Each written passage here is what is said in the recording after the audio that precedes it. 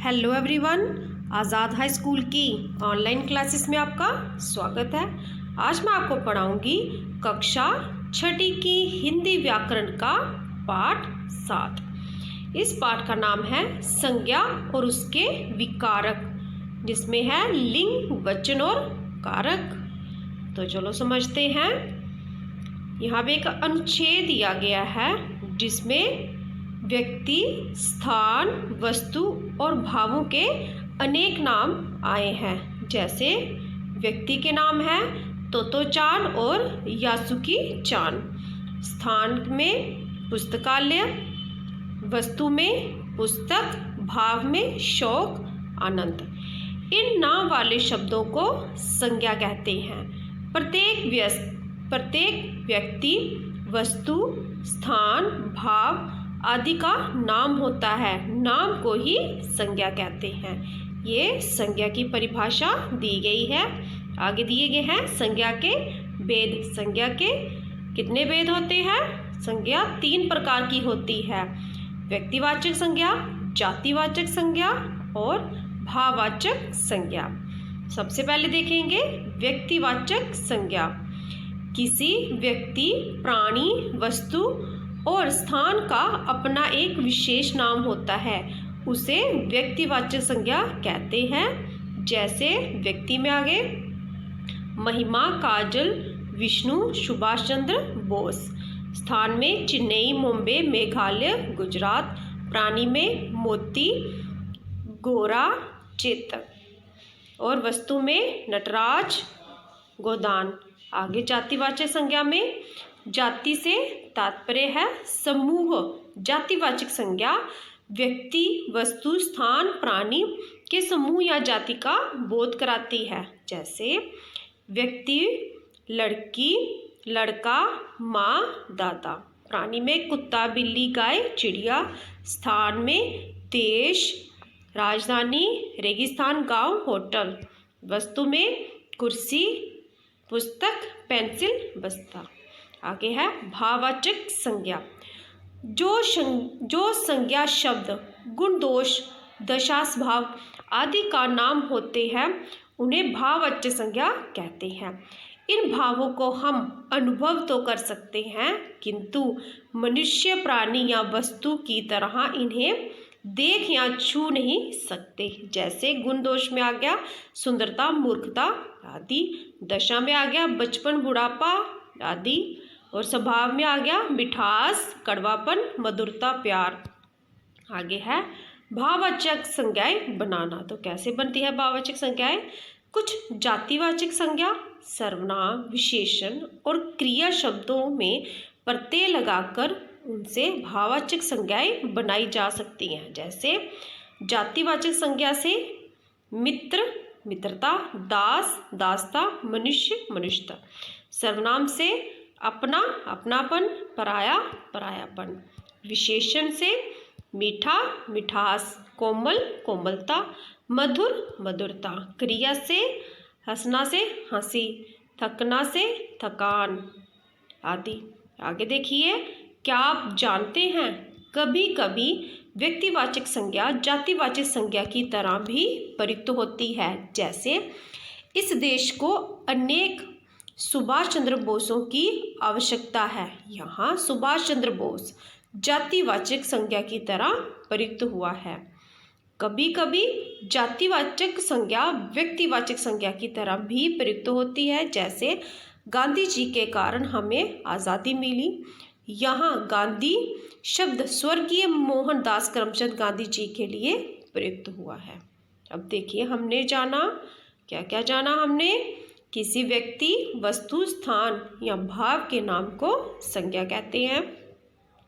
संज्ञा के 3 भेद होते हैं: व्यक्तिवाचक संज्ञा, जातिवाचक संज्ञा, भाववाचक संज्ञा। व्यक्ति, वस्तु, स्थान के नाम का बोध कराने वाले शब्दों को व्यक्तिवाचक संज्ञा कहते हैं। व्यक्ति, वस्तु, स्थान, प्राणी के समूह या जाति का बोध कराने वाले शब्दों को जातिवाचक संज्ञा कहते हैं। गुण, दोष, दशा, स्वभाव आदि के नाम का बोध कराने वाले शब्दों को भाववाचक संज्ञा कहते हैं। अब देखिए, आओ जांचे इसकी एक्सरसाइज।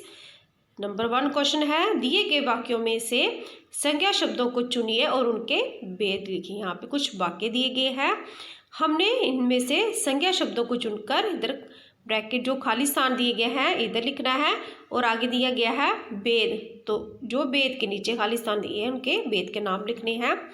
तो सबसे पहले देखिए, सारे आलू सड़ गए, तो इसमें संज्ञा क्या है? आलू, ये वस्तु है। तो आगे देखिए, ये कौन सा भेद है? जातिवाचक संज्ञा। दोनों में बहुत मित्रता है, यहाँ पे आ गया संज्ञा मित्रता, और भेद है भाववाचक संज्ञा। तीसरा देखिए, तुम बैंक में देर मत लगाना, तो यहाँ पे संज्ञा है बैंक और भेद आ गया जातिवाचक संज्ञा। आगे है सारे पत्ते झड़ गए, तो यहाँ पे संज्ञा है पत्ते और भेद है जातिवाचक संज्ञा।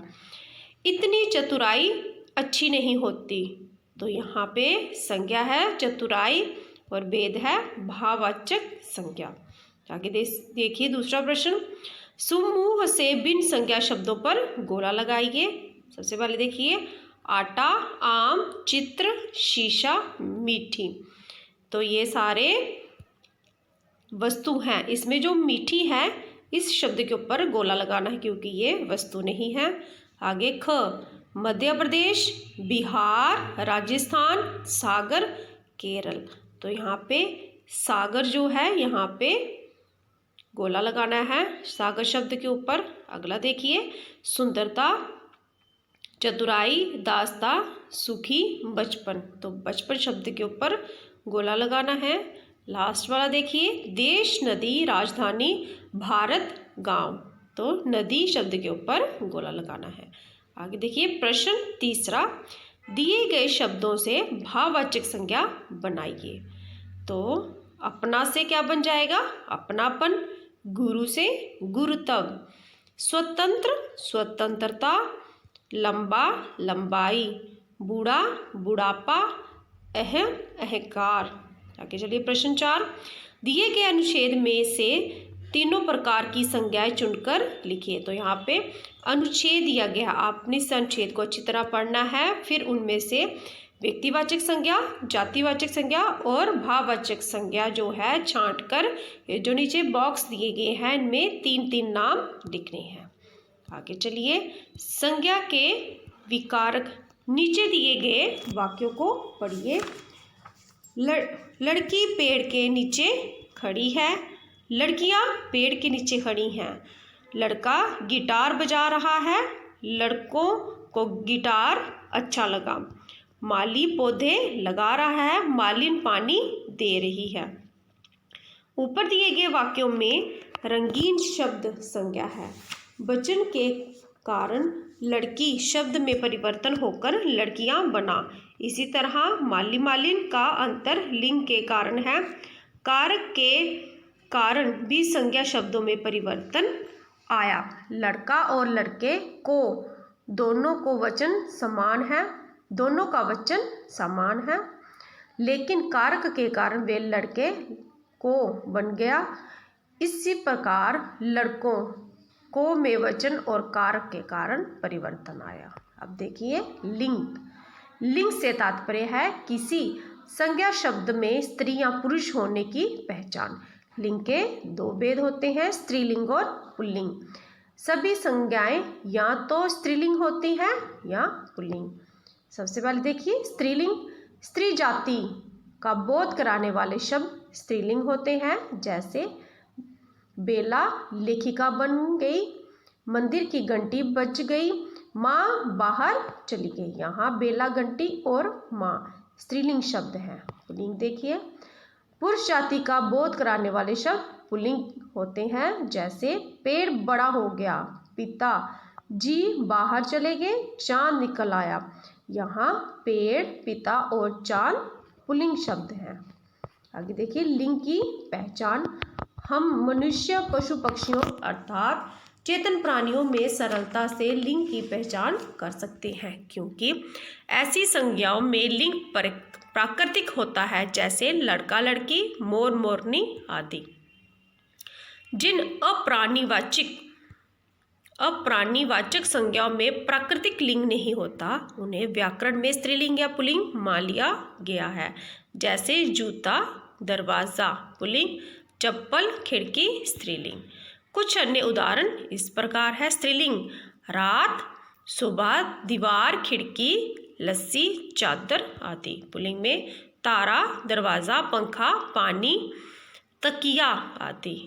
लिंग परिवर्तन अर्थात पुल्लिंग से स्त्रीलिंग बनाने के लिए मूल शब्द में प्रत्यय जोड़कर जोड़े जाते हैं। स्त्रीलिंग बनाने वाले प्रमुख प्रत्यय जैसे आ, इया, नी, इन, इनी, इका आदि। अ के स्थान पर आ, जैसे शिष्य का शिष्य, वृद्ध का वृद्धा। शब्द के अंत में इका, लेखक की जगह लेखिका, बालक बालिका। शब्द के अंत में इया जोड़कर बंदर बंदरिया, चूहा चूहिया। आ के स्थान पर ई, दास दासी, पुत्र पुत्री। शब्द के अंत में इन जोड़कर कुमार कुमारिन, लोहार लोहारिन, धोबी धोबी। ई के स्थान पर इनी जोड़कर स्वामी स्वामिनी, तपस्वी तपस्विनी। बिन स्त्रीलिंग शब्द युवक युवती, विद्वान विदुषी, भैया भाभी, राजा रानी, पुरुष स्त्री।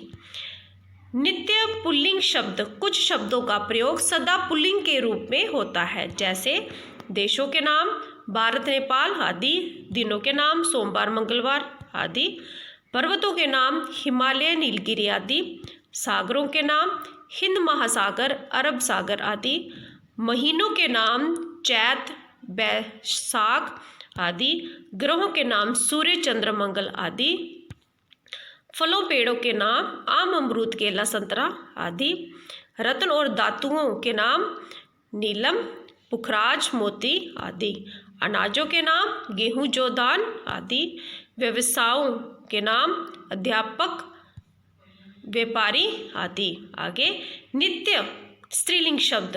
कुछ शब्द सदा स्त्रीलिंग के रूप में प्रयोग होते हैं, जैसे तिथियां पूर्णमासी चौथ, नदियां गंगा कावेरी, भाषाएं संस्कृत हिंदी आदि, झीलें डल सांभर, मसाले अजवाइन इलायची, गहने पायल नथ माला आदि।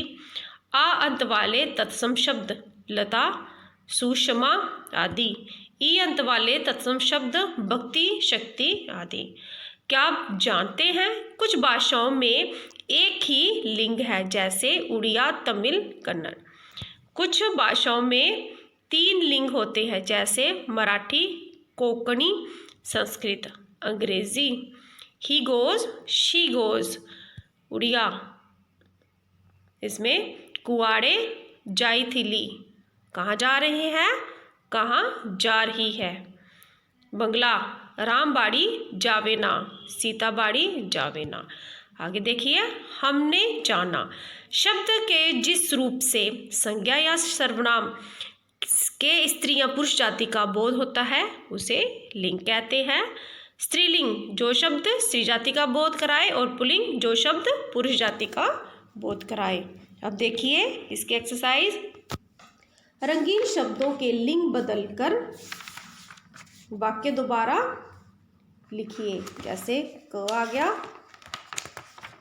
बकरी के लिए अब्बू खान ने नया इंतज़ाम कर दिया। तो इसमें यहाँ पे जो रंगीन शब्द दिए गए हैं इनके लिंग बदलने हैं। जैसे बकरी का आ गया बकरा, बकरा के लिए अब्बू खान ने नया इंतज़ाम कर दिया। आगे ख देखिए, मेरी बेटी कक्षा में प्रथम आई। तो बेटी का जो है लिंग बदलना है। मेरा बेटा कक्षा में प्रथम आया। आगे है, विद्वान का सदा आदर होता है। तो विद्वान का जो लिंग बदलना है यहाँ पे आएगा, विदुषी का सदा आदर होता है। चाची जी कहाँ चली गई। तो क्या आएगा इसकी जगह, चाचा जी कहाँ चले गए। अब आगे देखिए प्रश्न दूसरा, दिए गए शब्दों के सामने उनके लिंग लिखिए। जो शब्द दिए गए हैं हमने बताना है कि ये पुल्लिंग है या स्त्रीलिंग और सामने लिखना है। जैसे पंडित क्या है पुल्लिंग, अभिनेता पुल्लिंग, कवि पुल्लिंग, नीम पुल्लिंग, वधु स्त्रीलिंग, गेहूं स्त्रीलिंग, तांबा पुल्लिंग, जनवरी स्त्रीलिंग, गंगा स्त्रीलिंग, सूर्य पुल्लिंग, विद्वान पुल्लिंग और पतंग स्त्रीलिंग। आगे देखिए वचन, नीचे लिखे वाक्यों को पढ़िए। लड़का लेटा है वह पुस्तक पढ़ रहा है, लड़के बैठे हैं वे पुस्तकें पढ़ रहे हैं। लड़की खड़ी है वे कपड़ा सुखा रही है, लड़कियां खड़ी हैं वे कपड़े सुखा रही हैं। पहले दो वाक्यों में संज्ञा की एक एक संख्या है, लड़का पुस्तक, लड़की कपड़ा। दूसरे वाक्यों में संज्ञाओं के रूप बदल गए हैं, वे एक से अधिक का बोध करा रहे हैं, लड़के पुस्तकें, लड़कियां कपड़े। व्याकरण में वचन का तात्पर्य संख्या होता है, एक या एक से अधिक होने का बोध वचन से होता है। ये वचन की परिभाषा दी गई है। आगे वचन के भेद, वचन के दो भेद होते हैं, एक वचन, बहुवचन। एक वचन में देखिए शब्द के जिस रूप से एक प्राणी या वस्तु का बोध होता है उसे एक वचन कहते हैं, जैसे भाषा, दवाई, बच्चा, बकरी आदि। आगे बहुवचन, शब्द के जिस रूप से एक से अधिक प्राणियों या वस्तुओं का बोध होता है उसे बहुवचन कहते हैं, जैसे भाषाएं, दवाइयाँ, बच्चे, बकरियां आदि। आगे ध्यान रखिए सर्वनाम और क्रिया में भी वचन के कारण भेद होता है, जैसे वह गया, वे गए। वचन के बारे में ये भी जाने, आदर देने के लिए एक व्यक्ति के लिए भी बहुवचन का प्रयोग होता है। भगत सिंह महान थे, यहाँ पे बहुवचन का प्रयोग हुआ है। हमारे प्रधानाचार्य भाषण दे रहे हैं, पिताजी मुझे बुला रहे हैं।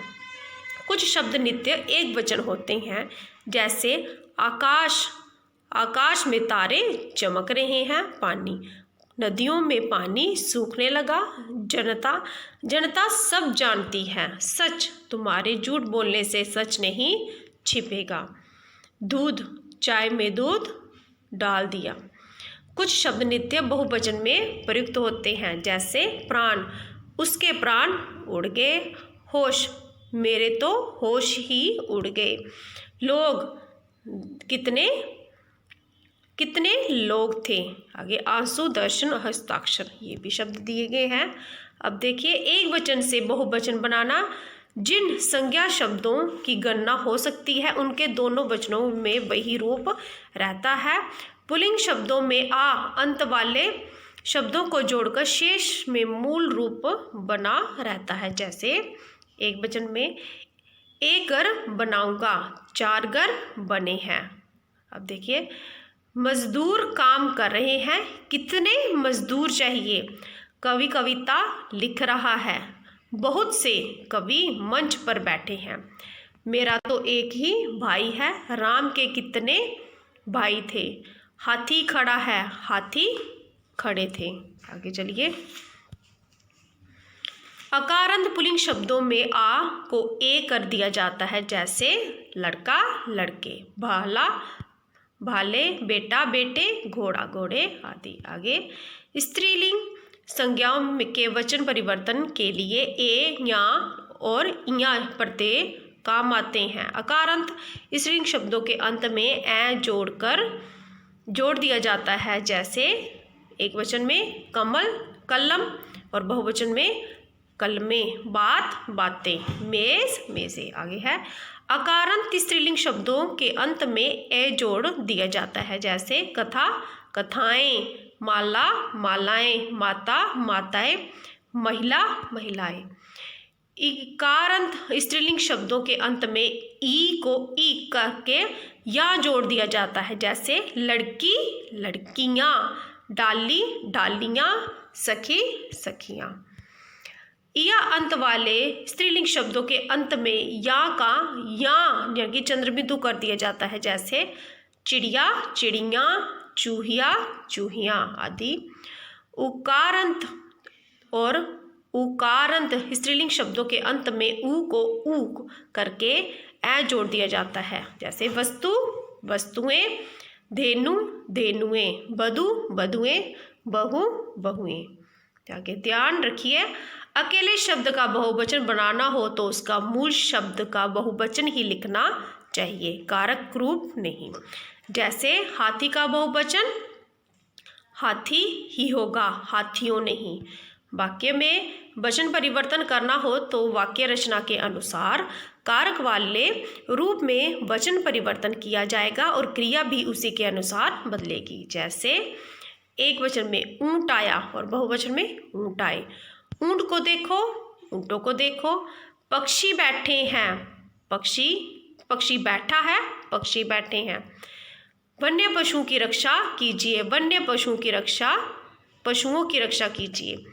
हाथी खड़ा है, हाथी खड़े हैं। आगे गुण जन वृंद लोग आदि स्वतंत्र शब्द जोड़कर भी बहुवचन बनाए जाते हैं। जैसे हॉल में एक शिक्षक बैठे थे, हॉल में शिक्षकगण बैठे थे।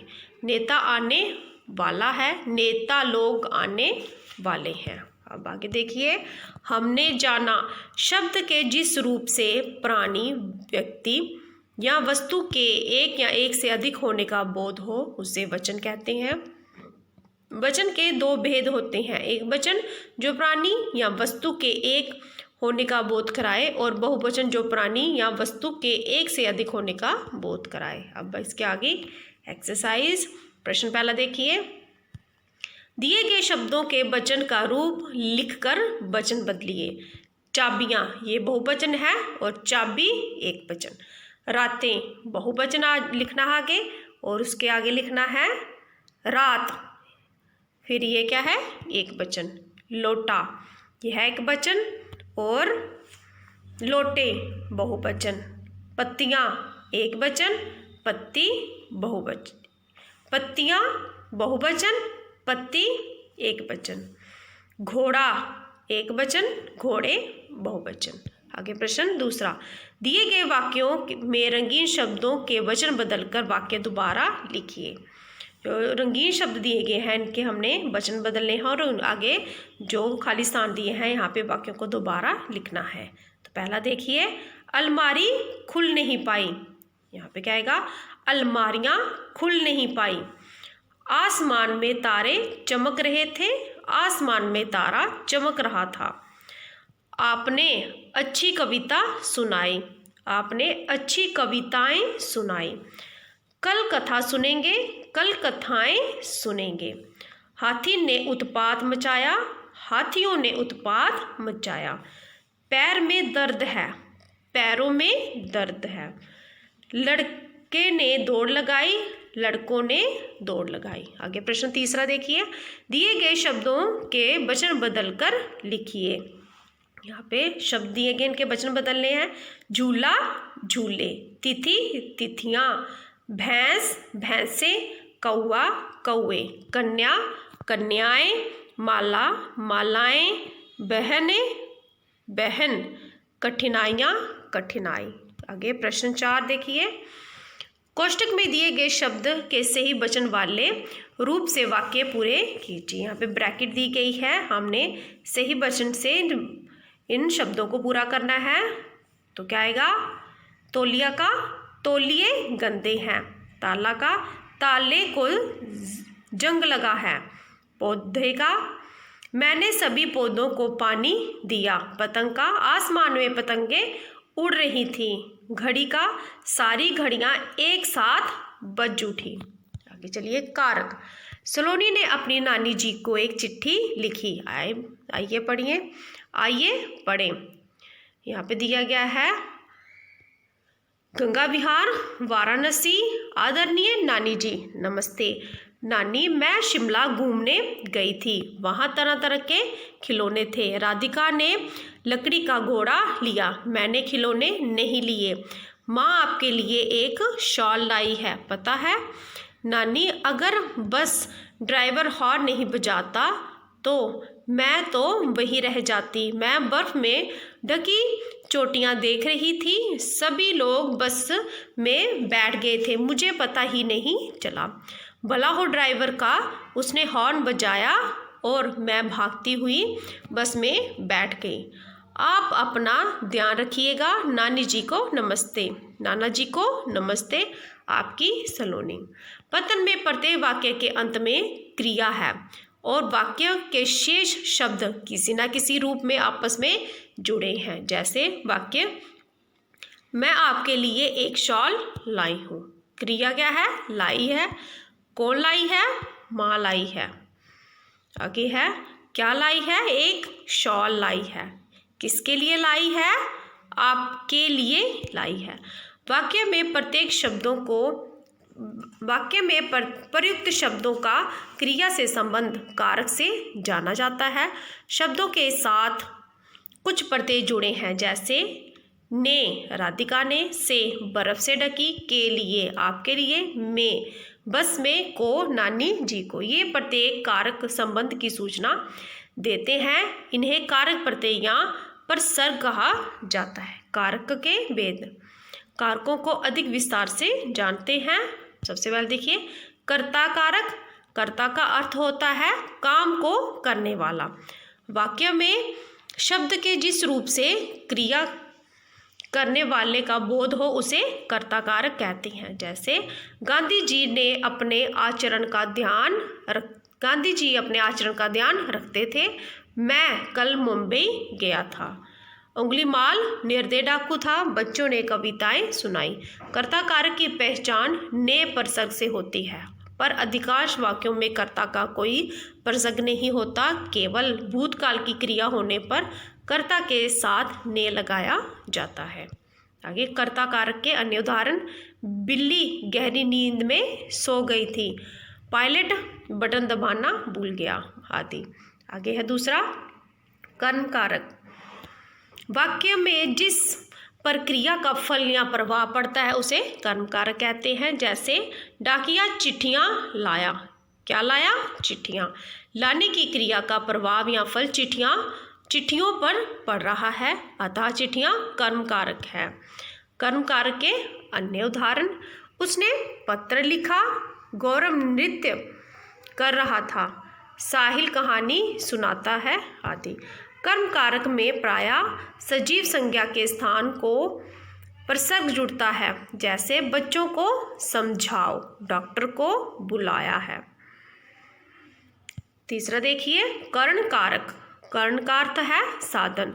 क्रिया करने का साधन या माध्यम कर्ण कारक में होता है। कर्ण कारक के साथ से के द्वारा प्रसर्ग लगाया जाता है। जैसे मोहित बस से गया, सीढ़ी के ऊपर आ जाओ।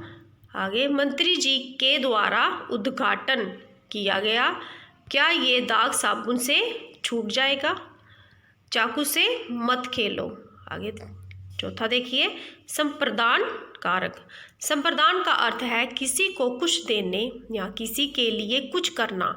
जिस संज्ञा या सर्वनाम के लिए कुछ किया जाता है या उसे दिया जाता है उसे संप्रदान कारक में होता है। वे संप्रदान कारक में होता है।